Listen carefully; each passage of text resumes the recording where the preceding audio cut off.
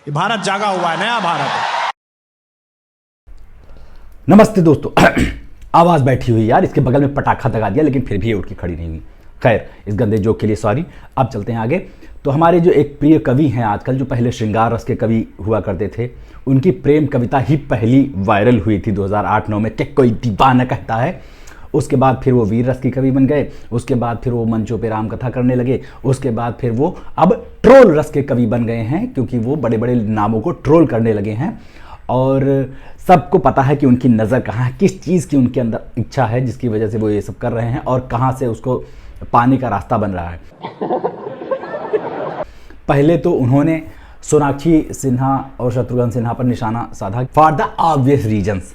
उन्होंने एक मंच से कहा कि अपने बच्चों को रामायण महाभारत पढ़वाइए और आपके घर की श्री लक्ष्मी को कोई और उठा के ले जाए तब। बाद में उन्होंने इस रायते को समेटने की कोशिश की, लेकिन सबको पता चल गया था कि ये किस बारे में बात हो रही है। तो सोचिए, प्रेम की कविताएं रचकर वायरल हुआ व्यक्ति अगर प्रेम में धर्म ढूंढने लगे, तब मैं कविता पढ़ना चाहूंगा। नहीं सॉरी, बद मत करना, मैं कोई कविता नहीं पढ़ने वाला हूं। अपनी इस गंदी सी आवाज़ में कोई गंदी सी कविता नहीं पढ़ूंगा। बस अब आगे बढ़ते हैं।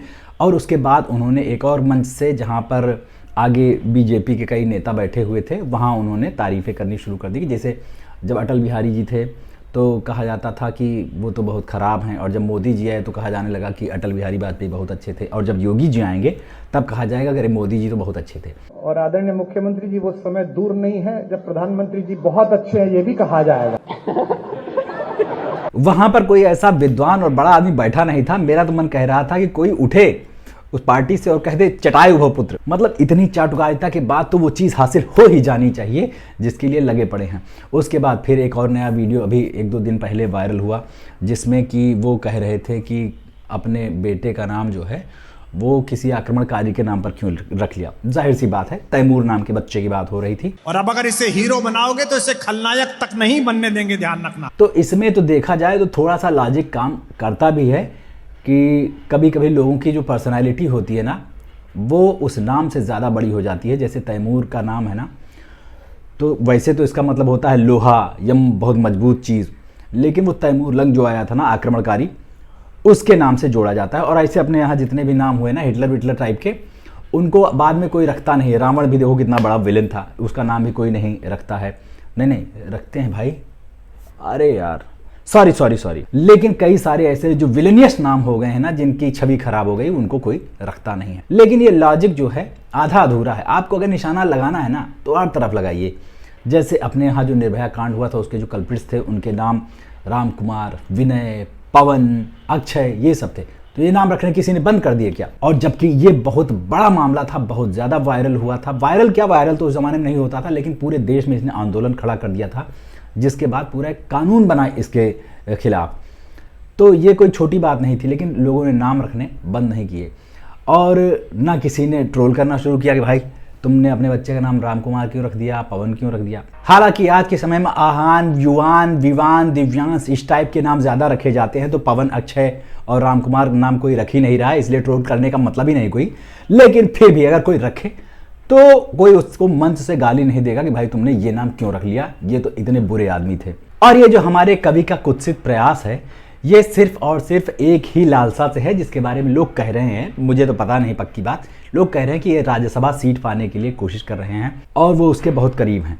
हालांकि मुझे ऐसा नहीं लगता, क्योंकि बाकी सारी चीज़ें ठीक हैं, बहुत अच्छे बिजनेस माइंडेड आदमी होंगे वो, लेकिन उनकी टाइमिंग बड़ी गड़बड़ होती है। मतलब जैसे अन्ना आंदोलन के बाद से जो उनको आम आदमी पार्टी में मिली, तो वो शायद जल्दी मचाए रहे होंगे या कुछ तो रहा होगा, जिसकी वजह से केजरीवाल को लगा कि भाई ये तो एकदम बराबर पे आके खड़ा हो जाएगा बंदा। मतलब बड़ा आदमी, कोई बड़ा आदमी तभी बनता है जब वहाँ पर कोई और बड़ा आदमी ना हो। ऐसे कई लोगों को मैं पर्सनली जानता हूँ जो अपने के बराबर के लोगों से या बड़े लोगों से मिलने में बचते हैं, उनसे कन्नी काटते हैं कि कहीं इनसे हमारी तुलना ना हो जाए, इनके साथ हमारा फोटो वीटू ना आ जाए। बराबर के लोगों से उनकी नहीं बनती है, क्योंकि इनसिक्योरिटी रहती है। तो जब केजरीवाल जी को लगा होगा कि ये बंदा तो एकदम बराबर का हुआ जा रहा है, तो क्यों ना इसको काट के अलग कर दिया जाए, तो वैसा ही किया गया। तो वहाँ पर टाइमिंग उनकी ख़राब हो गई। अब यहाँ पर जब उनको वहाँ से निकलते ही दूसरे खेमे में कूद जाना चाहिए था, तो उस टाइम पे उन्होंने रामकथा करनी शुरू कर दी। और रामकथा में इतना बढ़िया रेवेन्यू जनरेट हो रहा है और साथ ही साथ फैंस आ रहे हैं, और उसके जो फैंस होते हैं ना, जो भक्त होते हैं, वो नॉर्मल वायरल लोगों के फैंस जैसे नहीं होते हैं। वो एल्विश आर्मी से भी बड़ी आर्मी होती है जो ऐसे किसी बाबा या कथावाचक के पीछे आती है। तो उसमें उनको संतोष कर लेना चाहिए था। लेकिन एक चीज़ कहा जाता है, मृग मरीचिका एक शब्द है हिंदी में, कि एक आदमी जिसको किसी चीज़ की तलाश है ना, और वो उसके एकदम सामने आ गई है, एकदम जिसको कहते हैं मुंह के सामने भरी हुई थाली छिन जाना, तो अगर वो हो गया है और उसके लिए इंसान के अंदर इच्छा पैदा हो गई है, तो वो रातों की नींद उड़ा देती है। जब तक वो चीज़ को हासिल कर नहीं लेता तब तक वो चैन से नहीं बैठता है। ऐसा आज के ज़माने में बहुत लोगों के साथ होता है कि किसी को आईफोन की इच्छा हो गई, रातों रात उसको समझ में आया कि यार मुझे मेरी जेब में एक आईफोन चाहिए, मुझे इसका लोगो लिखाना है लोगों को, तो उनकी नींद उड़ जाती है। वो किसी न किसी तरीके से कोशिश करते हैं कि हमको ये आईफोन मिल जाए। ये राज्यसभा सीट जो है वही है, और इतने बड़े प्रख्यात विद्वान आदमी को, नहीं ज़्यादा हो गया, एनीवे मैं विद्वान कहूँगा, तो ऐसे विद्वान आदमी को परेशान करके रख दिया है, रातों की नींद उड़ा दी है। किसी न किसी तरीके से वो उसको हासिल करना ही चाहता है, पर वही मामला है कि टाइमिंग गड़बड़ हो गई है। और आपने आंखों में आंख लगा के इतने मतलब अब मोदी जी के सामने कोई एंटी मुस्लिम बात कर दे और उसके बाद सोचे कि नहीं नहीं हमको तो राज्यसभा में सीट मिल जाएगी, हमको कोई बड़ा पद मिल जाएगा, ऐसा हो ही नहीं सकता। इस समय मोदी जी सच्चे सेकुलर नेता बन के उभरे हैं। उन्होंने ख्वाजा मोइनुद्दीन चिश्ती को चादर भेजी है भाई साहब। लोग कह रहे थे वहाँ उसके नीचे मंदिर होने की आशंका है, लेकिन उनके सबके मुंह पर ताला लग गया। तो ये जो टाइमिंग है ना, एक तरफ तो मोदी जी जो है वो प्रो मुस्लिम होते जा रहे हैं, और एक तरफ से आप इस उम्मीद के साथ कि हम एंटी मुस्लिम बयान देंगे तो हमको राज्यसभा सीट मिल जाएगी। ये टाइमिंग गड़बड़ नहीं है। इससे अच्छा तो वही बिजनेस था, रामकथा कहने वाला। 2014 के बाद कथावाचकों की संख्या में इतना तेज़ी से उछाल आया है और इतनी तरह के बाबा प्रकट हो गए हैं और भयंकर तरीके से वायरल हो रहे हैं। पूकी बाबा से लेकर वो फड़क नहीं पड़ता वाला जो बाबा, नाम तक मैं भूल गया, उस पर कितने वीडियोस बनाए। अभिनव अरोड़ा वो भी आ गए हैं मार्केट में।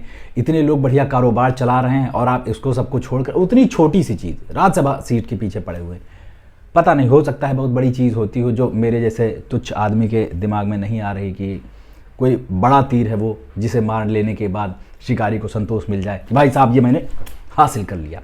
तो हो सकता है भाई कि वो कोई बहुत बड़ी चीज़ हो, क्योंकि राज्यसभा की सीट कोई मामूली चीज़ तो है नहीं। उसके लिए सुप्रीम कोर्ट के चीफ जस्टिस तक अपने स्टेटमेंट्स में, अपने जजमेंट्स में हेरा फेरी करते देखे गए। नहीं सॉरी, जोक है, कंटेम्प्ट नहीं होना चाहिए। मैं यार फ्लो में ज़्यादा बोल जाता हूँ, माफ़ करना। तो क्या कहना है आपका इस पूरे मुद्दे पर और इस पूरे सत्संग पर, मेरा बताइएगा ज़रूर नीचे कमेंट करके, और मेरे चैनल को सब्सक्राइब कर लीजिए अगर नहीं किया है तो। अभी चलते हैं, लौट के मिलते हैं, नमस्ते।